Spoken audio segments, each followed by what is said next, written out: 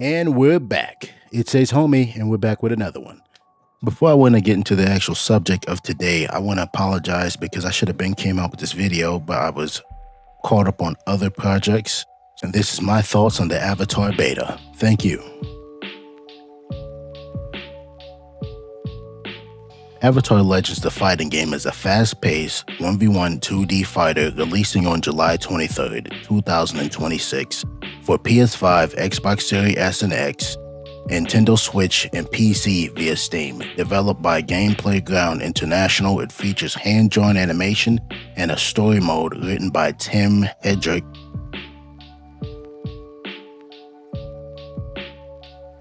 Features a single-player campaign with canon story outlined by Michael Dante DiMarino, arcade runs, offline and online versus, ranked matches, lobbies with full cross-play rollback netcode, spectator mode, and a highly detailed training mode with frame data and save state, and other things. The combat mechanics include flow mechanic, a core single input mechanic that lets players dodge attacks, slip under projectiles, launch into the air, or chain directly into character-specific abilities to keep action fast and fluid. They also include a support system. Players select one of 3 selectable support characters for their main character, which influences their fight style and grants special assists. If you need an example, just think of MKX.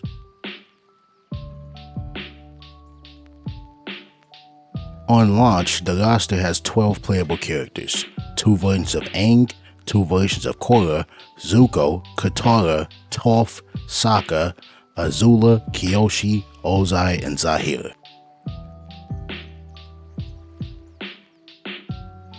For the pre-order bonus, you get the Samurai Appa skin, exclusive character colors, and the Year 1 Pass character vote. The Year 1 Pass includes 5 DLC characters. The first 4 fighters are Bolin, Ty Lee, Lin, and Iroh, with the 5th character will be decided by a fan vote between Tenzin, Kavera, Aman, King Bumi, and Asami Sato.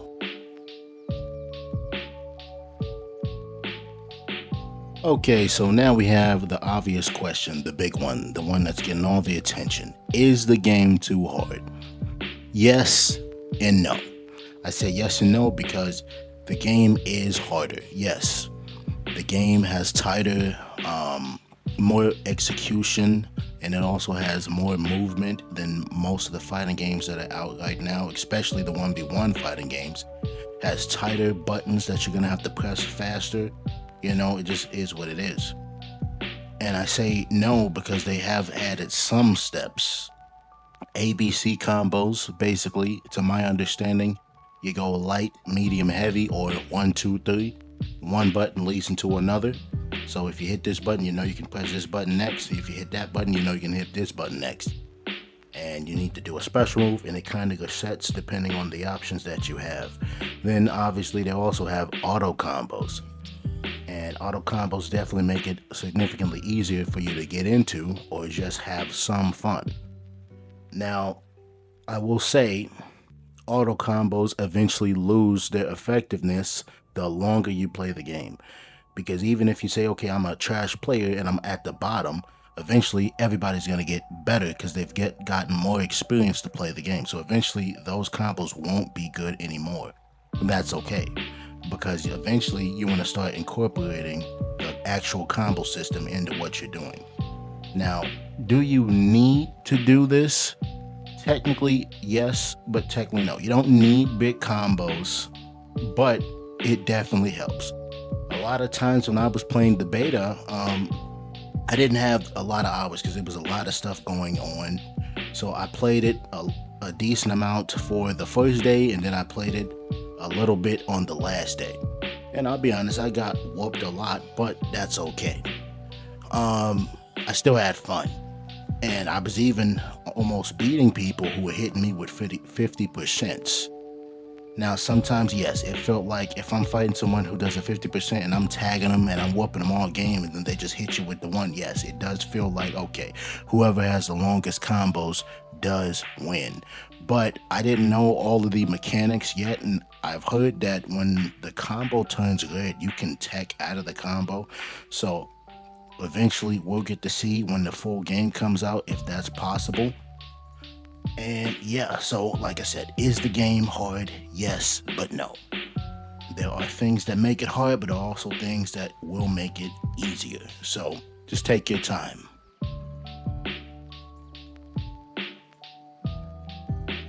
So once again, my experience with the beta was pretty good. Now, I did feel at sometimes a little overwhelmed because I was getting beat in certain ways that I didn't know what was happening. But I don't usually get frustrated with those things because if you know that you're ill prepared, you can't really get mad at yourself for losing. It's like getting mad at somebody for lagging. You really can't do anything about it. So if you did lose a lot, I would say just give it a moment.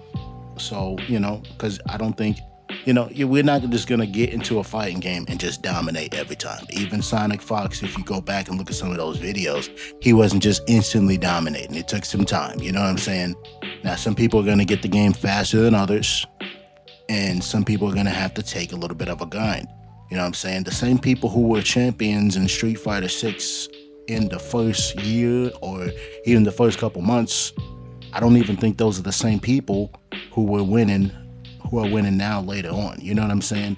So I say take your time. When I was here in the beta, I was taking my time. I was having fun, trying to learn as much as I could. When I started with Zuko, and at first I was getting to the point where I said, okay, I think I know what I'm doing with this character, but he feels limited to me because I just didn't know how to use him.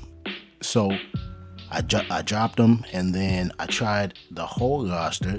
Certain people, I'll be honest with you, if the character couldn't do the 1, 2, 3 combos or the ABC combos, I immediately said, yeah, I'm not doing it. So when I went to soccer, I immediately just, yeah, I'm not even about to sit here and try to learn because that was the thing. I didn't have any combo videos to watch. When I was playing the beta, there was no combo videos. There was no, hey, do this, hey, do that. You know what I'm saying?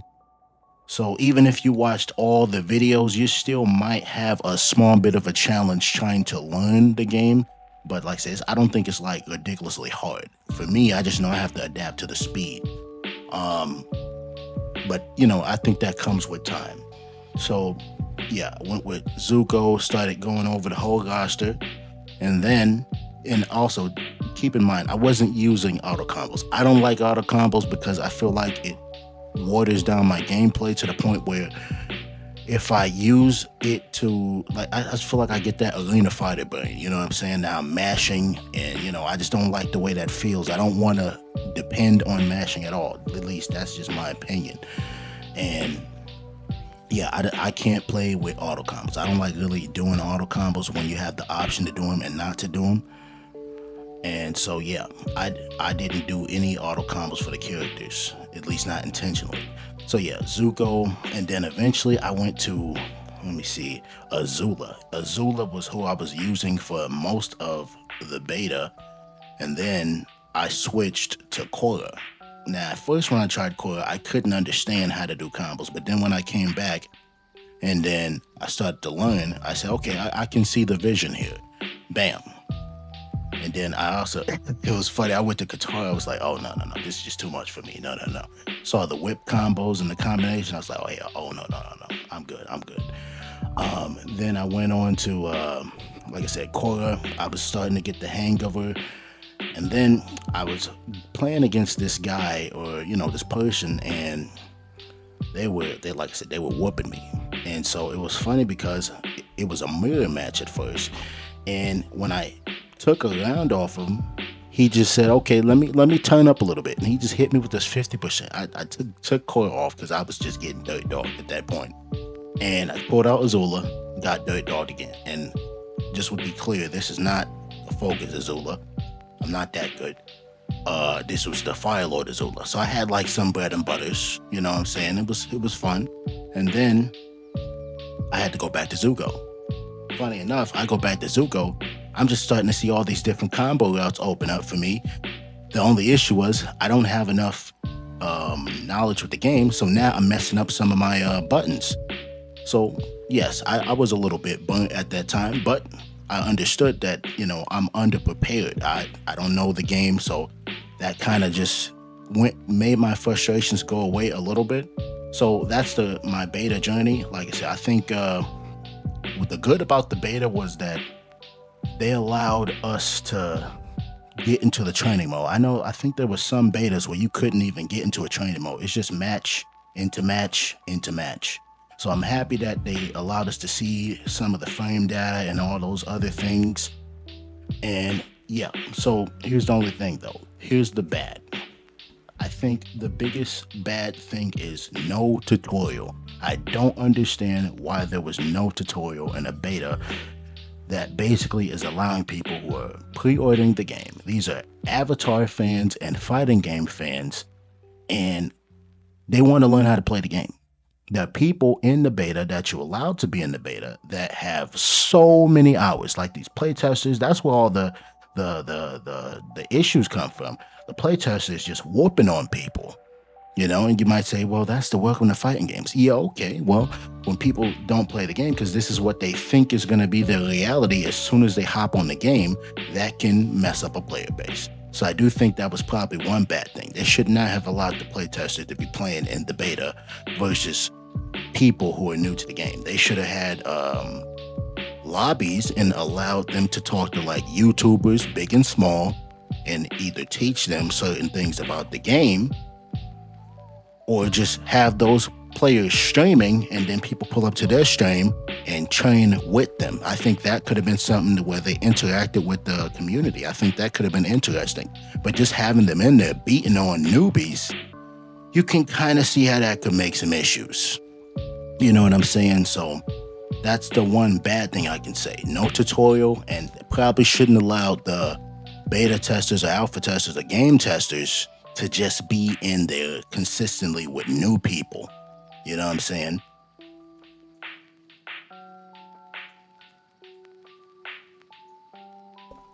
And here's the final segment. Should you buy the game? To me, if you're an Avatar fan, yes, you should buy the game. I don't know how much content they're going to have. Obviously, we know they're going to have an arcade mode and a single player mode, aka a storyline. And hopefully they add some more hopefully they add a lot more content. We don't know how much content they're actually going to have. Hopefully they have a good amount, because if it was me, or if you ask my opinion, I think fighting games don't need to be made easier. I don't think that's the issue here. Smash Bros is not that easy if you actually get to a competitive level. And the game hasn't been updated in a long time, yet the meta is still changing. So that just gives you a tidbit on how many layers it actually has. And so the point that I'm getting at is, I don't think the focus should be making these games easier, taking away the layers. It should be adding more layers to the content that they have. Not everybody wants to play the game and just only play against people in rank. You know what I'm saying? Because a lot of people, they rage queue. They get their butt whooped. They're angry, and they stay on the game. You can't win like that. Eventually, you gotta take a breather. That's what single player is for. That's really what it's for. Or playing with your friends. That's what it's for, and that's what games need to understand. But back on the subject, should you buy? Yes. If you're an Avatar fan, you're gonna probably love the game for the little tidbits that they have in the game. I think you will like the game. Let's see. The only fear that I have for the game is, yes, it is like an older fighting game. And the issue with that, like I explained before, is it is harder. And I hate that you got people saying it's not harder, you just have to get in the lab. Well, here's the thing about that. You can't say the game is an old school fighting game. It's built like an old school fighting game. It's not for the babies. And, because Street Fighter 6 does have some higher tier stuff, right? in terms of tech and all that stuff. It's not just ridiculously easy if you thought you was gonna, do the best combos. You know what I'm saying?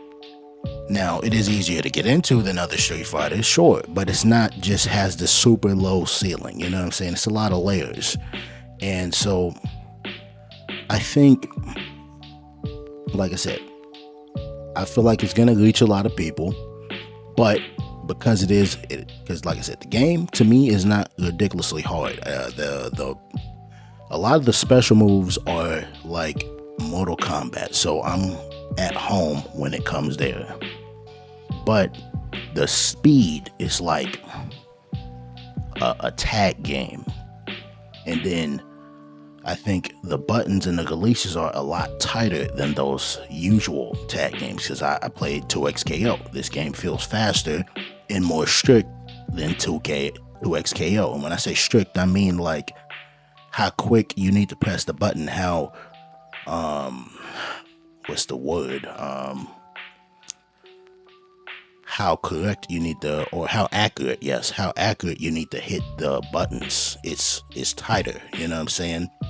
And so, like I said, my fear for the game is that we end up with a City of the Wolves situation. People say, oh, no, the game's not for babies, and blah, blah, blah, blah. And do you think of those games like the Melty Bloods and those other games, and they are on the harder side.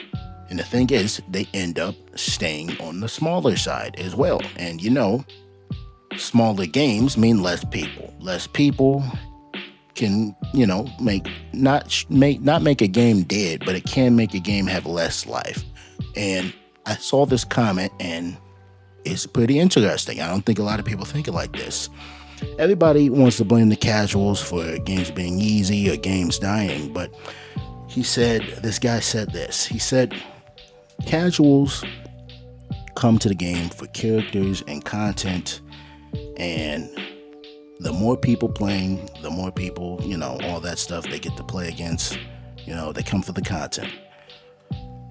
So if there's not a lot of content, eventually they'll leave. They play the game and then they leave. But he also said pros, they follow the money. So once the casuals leave, they usually leave because now there's less money in it. So I didn't even think about it to that nature, but technically that means everybody's gonna leave if the game is ended up too hard. Because here's the thing, this is Avatar, right? This isn't Street Fighter. Street Fighter has a legacy of being a competitive game. Tekken, a competitive game. Mortal Kombat, a competitive game, or whether you like that or not. And basically saying the first time we saw these games was in video game form. That's their natural thing, video game form, fighting game form.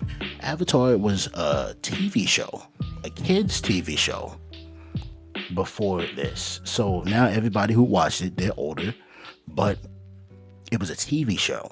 So now you have people who are coming from a TV show coming to a hardcore fighting game. And that's a fear. You can lose some people like that. I'll be honest with you. Because that's not the first type of game I would have thought they came out for an Avatar game. But I already play fighting games. So it's like, oh, okay, I'll take it. Doesn't matter. But for some people, it's like, okay, it just had to be a fighting game, blah, blah, blah. Then they canceled that other Avatar game. So some people, it can turn some people off.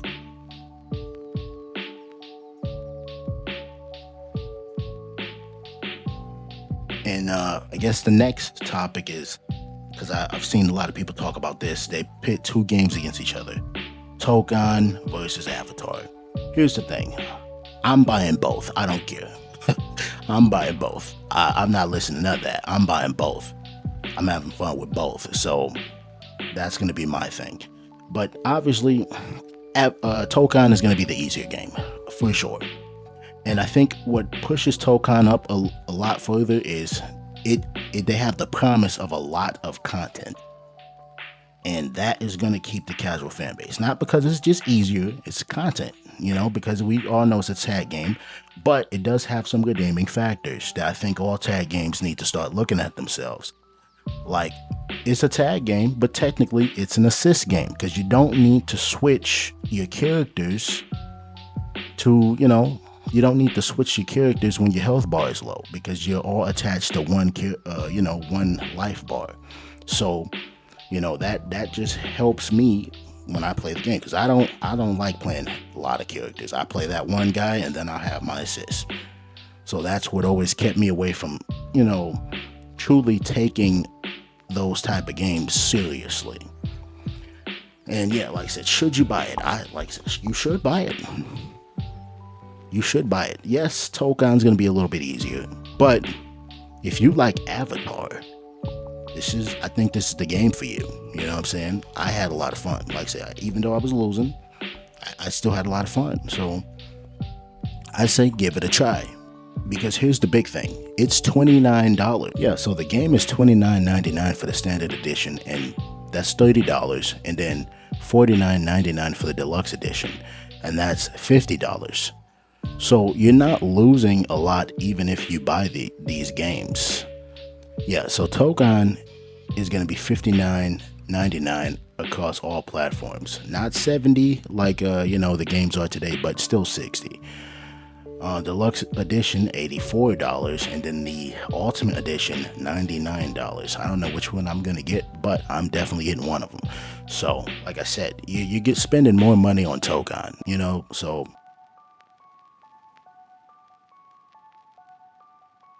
like I said, Avatar is a good game. And I mean, like I say, if you got questions, just ask, just wait till you see a friend buy it and play it from them, and then, give your opinion. So yeah, so it's been Ace Homie, and thank you. Go play Avatar Legends when it comes out. Have a good day.